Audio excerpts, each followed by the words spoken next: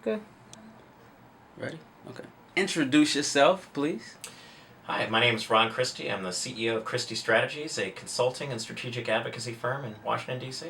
Nice to meet you, Ron. You know, I read a lot about you. Now, where are you originally from?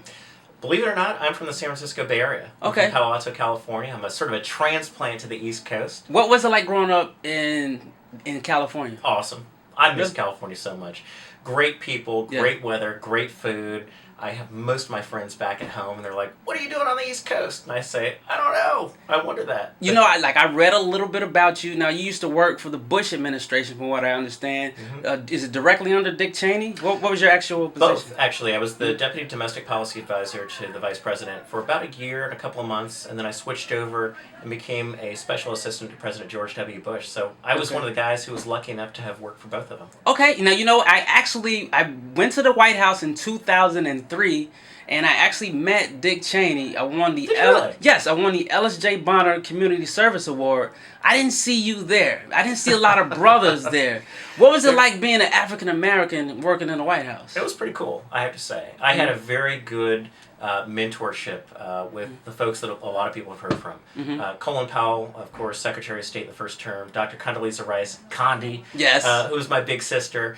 And so there were a number of African Americans who were in very senior positions, but we all took care of each other. And we all got to know each other very well, and we all still remain in good contact. Okay, here at BET, you know, we're all about entertainment. Like, who's your favorite musical artist? Who are you listening to? Who am I listening to? Yes. I tell you what, my range goes everything from classical music to jazz to country. But I'll tell you what, my wife and I went to the Brooklyn Academy of Music last weekend to see Wynton Marsalis with a dance troupe out there. It was awesome. Wow. Absolutely awesome. Are you really big in jazz? Oh, yeah. Okay. I love jazz. Actually, when I was in high school, I wanted to be a DJ, and all the rock and roll stations said, forget about it.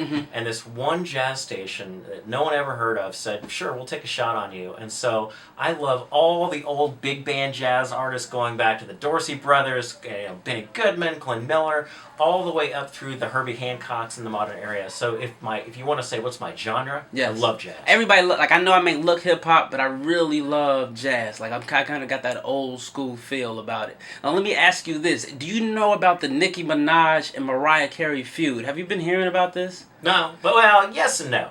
My wife actually loves this sort of, these reality things. I don't really watch it. I listen to her. Okay, so here's the deal. They got into a little bit of a spit spat backstage. It's just more of I don't know if to say egos. What advice would you give to two millionaire iconic young ladies like a Nicki Minaj and a Mariah Carey? How would you say? Chill out. Yes.